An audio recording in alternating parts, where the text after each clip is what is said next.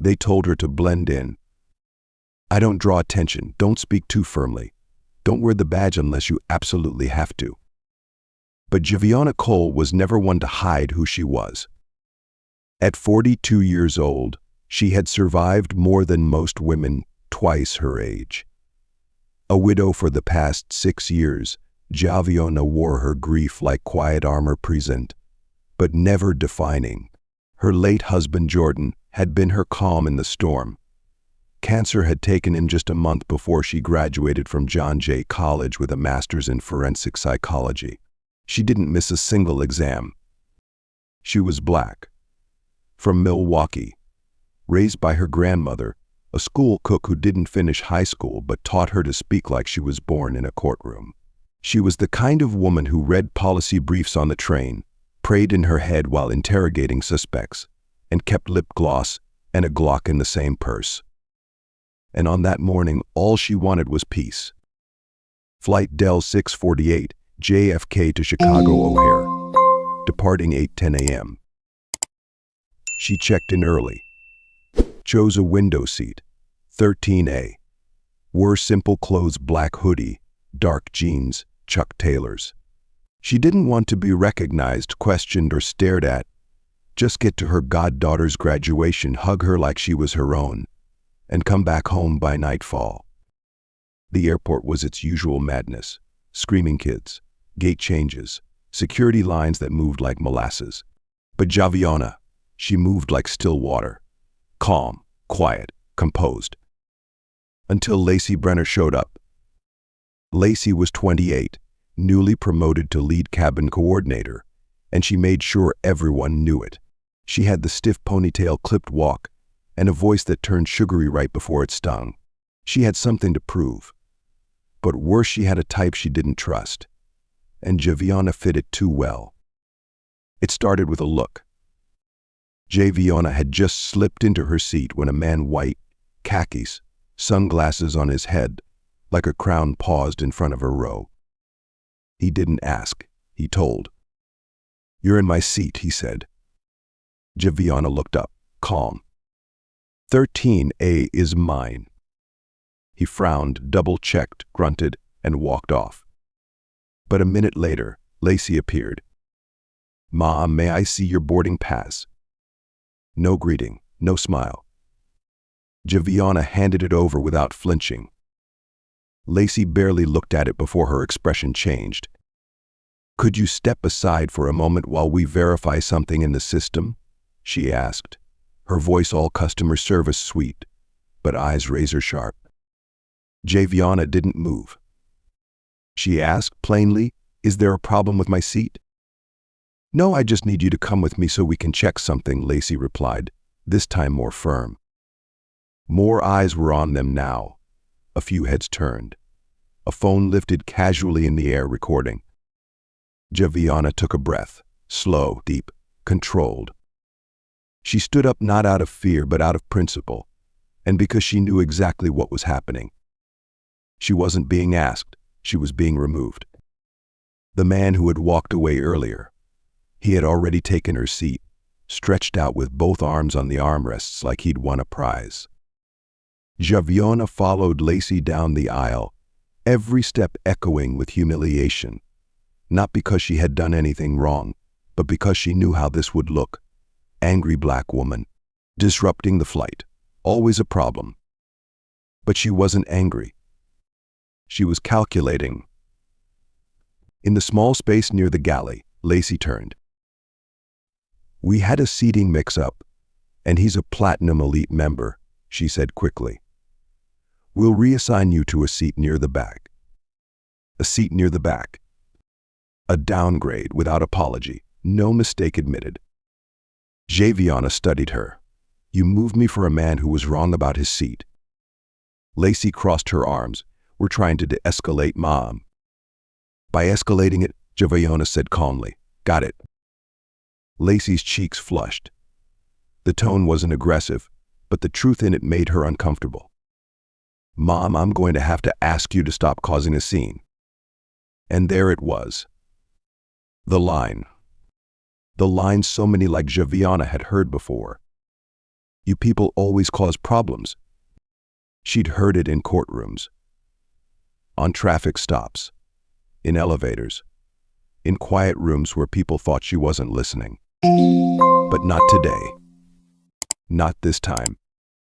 She unzipped her leather bag slowly, not with flair, not with panic, just purpose. Inside, neatly placed between her notebook and travel charger, was a black badge wallet. She pulled it out and held it at chest height. The gold glint of the Federal Bureau of Investigation seal caught the light. Lacey's eyes widened. Zhaviyonna didn't raise her voice. She didn't need to. "I'm Special Agent Zhaviyonna Cole, FBI. You just profiled a federal officer, attempted to unlawfully reassign her seat, and you're standing on camera doing it." Lacey stepped back like she'd been slapped. Passengers were watching. Phones were still up. The man in 13 sat bolt upright. Zhaviyonna didn't wait for apologies. She walked back to her seat, and stood in front of the man. "You have about 5 seconds to move," she said. He didn't argue. He didn't even blink. He just moved. And as she sat back down, pulling her coat over her lap, a hush fell over the cabin. But in that silence, power shifted. And everyone knew it. For the next 10 minutes, no one said a word to her. Not the flight attendant. Not the man who had taken her seat. Not even the other passengers who now seemed unsure whether to clap, apologize, or simply stay out of it. Zhaviyonna Cole sat back in 13A, resting her head against the window. She wasn't proud. She wasn't angry. She wasn't even relieved. She was tired. Not from the confrontation, but from the fact that it still had to happen in 2025. That no matter how many lives she'd protected, how many hours she'd served this country, or how many times she'd taken the long road without complaining, her skin, her face, her silence was enough to trigger suspicion. She had worked her whole life not to need that badge in moments like this, but when silence didn't work, credentials had to. The plane hadn't taken off yet. A few rows ahead, the man who'd taken her seat was whispering to the other flight attendant. She glanced back at Zhaviyonna, then quickly looked away. From the corner of her eye, Zhaviyonna saw Lacey pacing near the front. Her confidence was gone. The sharp posture, the clipped walk, it was all replaced by nervous fidgeting and darting glances. And then, just before takeoff, Lacey walked down the aisle again. She stopped beside Zhaviyonna. A beat of silence. Then came the tone.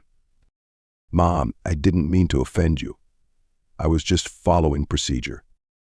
Zhaviyonna turned and looked at her fully for the first time. Not with anger, but with a stillness that forced Lacey to shift her weight and avoid her gaze. Zhaviyonna said nothing, just looked. Until Lacey began to speak again. "We do our best to treat everyone fairly, but sometimes tensions run high in mistakes." "You didn't make a mistake," Zhaviyonna cut in, quietly. Lacey froze. "You saw a black woman sitting alone in an aisle seat that looked too expensive for who you assumed she was. That wasn't a policy error. That was a judgment call.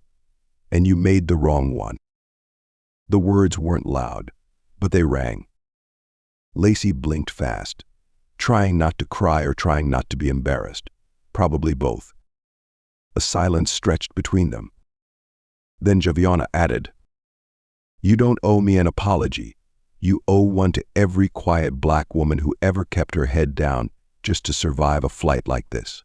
You owe it to the next girl who boards this plane and doesn't carry a badge. Because when she speaks up, she'll be seen as aggressive and not someone who just wanted to sit in the seat she paid for." Lacey nodded quickly. "I understand." Zhaviyonna turned back toward the window.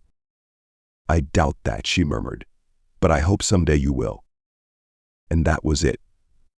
No more lectures. No dragging the moment longer than necessary. No ego. Just a woman who had spoken the truth, and left the silence to settle where it needed to. Somewhere over Ohio, the plane finally relaxed. The baby up front had stopped crying. The man next to Zhaviyonna asked if he could keep the aisle light on. She said yes. And then came the text. Buzz. She glanced at her phone. From HQ, read priority. Message, Agent Cole. You are not to deplane at O'Hare, reroute mid-air. Situation developing. Possible domestic threat related to a person of interest on board your flight. Do not reveal status. Wait for follow-up. Zhaviyonna's stomach dropped slightly, but her face didn't move. She casually reached down and clicked her seatbelt tighter. Her mind shifted gears instantly. What did they know? Was it random that she ended up on this flight? Was it Lacey? Was it the man who claimed her seat? Or was it someone she hadn't even noticed yet? Her instincts kicked in. She glanced slowly across the aisle, then the next row. She made note of a backpack without an owner in row 22. A man with a hoodie pulled tightly over his head. A woman who hadn't moved since the plane took off. She didn't show it. But her body was on alert. Zhaviyonna Cole, FBI special agent, wasn't flying to a graduation anymore. She was flying into something else. They saw a woman in a hoodie and assumed she had no power. They tried to shrink her in a space she paid to sit in. But what they didn't know was that she didn't just carry authority. She was the authority. And this flight was about to become more than a lesson in dignity. It was about to become a federal investigation. The seatbelt sign was still on. The man in 22 billion hadn't looked up once the entire flight. Not when drinks were passed, not when the baby screamed, not even during turbulence. He kept typing into his phone, long messages, nervous fingers. Zhaviyonna Cole had seen that kind of stillness before. It wasn't peace. It was a calculation. Her phone buzzed again. She held it low. Message from HQ. Subject in 22 billion flagged. Possible link to an active case. Do not engage directly. Local authorities will meet you on landing. Confirm presence and readiness. She looked forward, then back at row 22. He was there. Slim build, gray hoodie. Eyes shifting side to side every now and then, but not at her. Not yet. He didn't know who she was. That was her power. The wheels touched down at O'Hare, a shaky landing. Nervous chatter broke out. And then almost two perfectly 22 billion stood up before the light dinged. Zhaviyonna. Sir, please sit. Seatbelt sign is still on. He turned slightly, met her eyes. Something in her tone stopped him. She wasn't loud. But she wasn't asking. He blinked. Then he sat back down. The plane docked. Passengers stood, grabbing bags and stretching. Zhaviyonna stayed seated. From the front, Lacey walked down again, still shaken from earlier. She looked at Zhaviyonna with something new in her eyes. Not fear, not guilt. Something like respect. Zhaviyonna gave a small nod. It wasn't friendship, but it was closure. When the doors opened, two men in plain clothes stepped onto the flight, quiet, sharp. One flashed a badge. Passenger in 22 billion. Come with us. No shouting, no cuffs, just quiet pressure. The man in the hoodie didn't argue. He didn't look at anyone. He followed the agents off the plane like it was a regular Tuesday. To everyone else, it probably looked like a minor incident. To Zhaviyonna, it was proof. Proof that you don't need to shout to be powerful. You don't need to show teeth to take up space. You don't need to fight every battle, just the ones that matter. Zhaviyonna stood by the carousel. Alone again. Her badge tucked away. Just a woman with a suitcase and somewhere to be. But this time, when people looked at her, they didn't just see a passenger. They saw presence. Because dignity, it doesn't shout. It stands. It waits. It wins. In a world that often rushes to judge, silence doesn't mean weakness. And kindness isn't the absence of strength. You don't have to prove your worth when you already know who you are. Zhaviyonna didn't fight with noise. She fought with the truth, with patience. And that is what makes people remember your name long after you've left the room.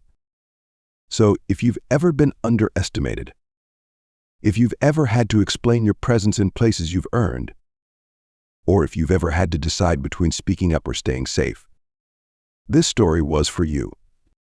If this story hit you deep, hit that like button.